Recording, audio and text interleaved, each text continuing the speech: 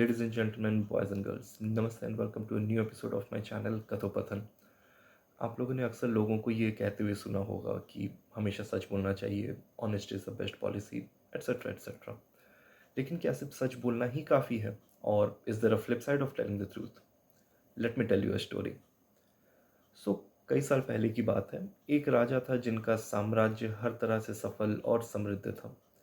वही राजा हर साल अपने जन्मदिन पर एक बहुत ही बड़ा समारोह का आयोजन करता था, जिसमें तरह तरह के लोग आते थे, कलाकार, नृत्यकार, जो राजा का मनोरंजन करते थे, और बदले में राजा उन्हें कई तरह के उपहार देता था। एक साल राजा द्वारा आयोजित उनके जन्मदिन पर दो ज्योतिष आते हैं। दो ज्योतिष आए जिन्हें राजा से मिलना था। राजा उन्हें देखकर काफ़ी उत्सुक हुए।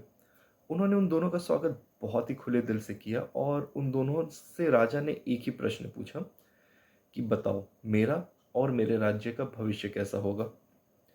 पहले ज्योतिष ने काफ़ी संकोच के साथ, with too much of remorse, काफ़ी संकोच किया उन्होंने, और उन्होंने राजा को बताया कि बहुत ही जल्द उनके बेटे की मृत्यु होने वाली है।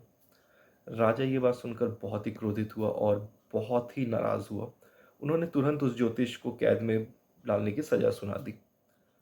अब दूसरे ज्योतिष की बारी आई, और उन्होंने भी राजा को उनकी भविष्यवाणी बताई, जिसे सुनने पर राजा बहुत ही खुश हुआ और उस ज्योतिष को बहुत सारे इनाम और सम्मान के साथ वो विदा कर दिया। अब हुआ कुछ यूं कि कुछ दिनों बाद राजा के बेटे की मृत्यु हो जाती है, और पहले ज्योतिष ने जो बताया था वो बात सच निकलती है। यहाँ सवाल अब ये आता है कि क्या दूसरे ज्योतिष ने राजा से झूठ बोला था, और क्या अगर सच बोला था तो ऐसा क्या बोला था कि राजा को बिल्कुल भी गुस्सा नहीं आया। तो हुआ कुछ यूं था कि दूसरे ज्योतिष ने राजा से कहा था कि आपकी उम्र इतनी लंबी है कि आप अपने पोते, यानी कि अपने ग्रैंडसन को भी आप राजगद्दी पे बैठा हुआ देखोगे।